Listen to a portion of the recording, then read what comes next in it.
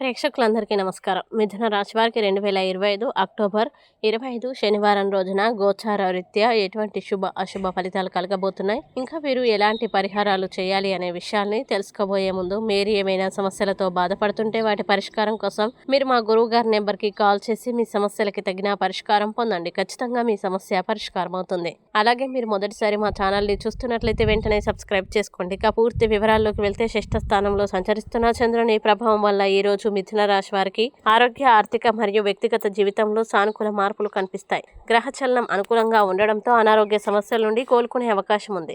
ఇది ఆటల పోటీలో పాల్గొనడానికి శక్తిని అందిస్తుంది. ఆర్థిక పరిస్థితి బలపడుతుంది, కానీ అనవసర ఖర్చుల్ని నియంత్రించాలి.